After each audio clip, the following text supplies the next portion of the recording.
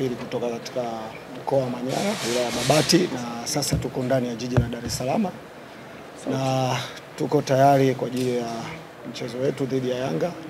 Maandalizi yanaendelea vizuri na nadhani tuna activation ya jioni leo kubwa. Tumesafiri na takriban wachezaji 25 na wote wako tayari kwa ajili ya mchezo wetu, na kubwa tunaangalia ripoti ya daktari kwa siku ya leo jioni. Naamini wote wako tayari kwa ajili ya kuwakabili Yanga Afrika.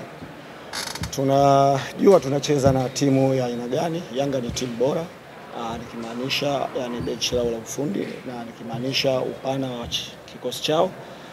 Lakini Fountain Gate pia ni timu ambayo ni kubwa na yenyewe na mwalimu ambaye chipkizi na ina wachezaji ambaye washakutana na timu ya Yanga katika wakiwa kwenye Fountain Gate na wakiwa katika timu zingine.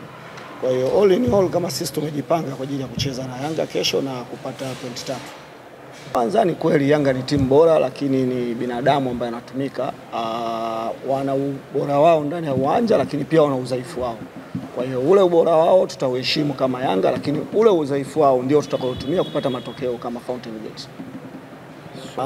Ni kweli tumefungwa magoli ambaye umeyaanisha hapo, lakini naamini kila siku sisi tunakuwa bora kadri siku zinapokwenda, na hilo ndio kubwa ambalo tunategemea kuwaonyesha Watanzania au wakazi wa jiji la Dar es Salaam pamoja na fans wetu wa Fountain Gate. Kama tumebadilika, tunapokutana na timu kubwa kama ile tunakuwa bora katika kulinda na katika kushambulia.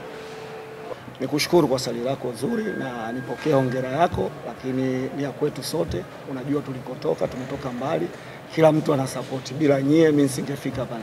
Ndio, na niwaambie wana Manyara au washabiki wa Fountain Gate, kazi iliyopo mbele yetu ni kubwa sana. Tuendelee kushikamana, kuombeana dua. Mwisho wa siku tutafanikiwa kwa pamoja.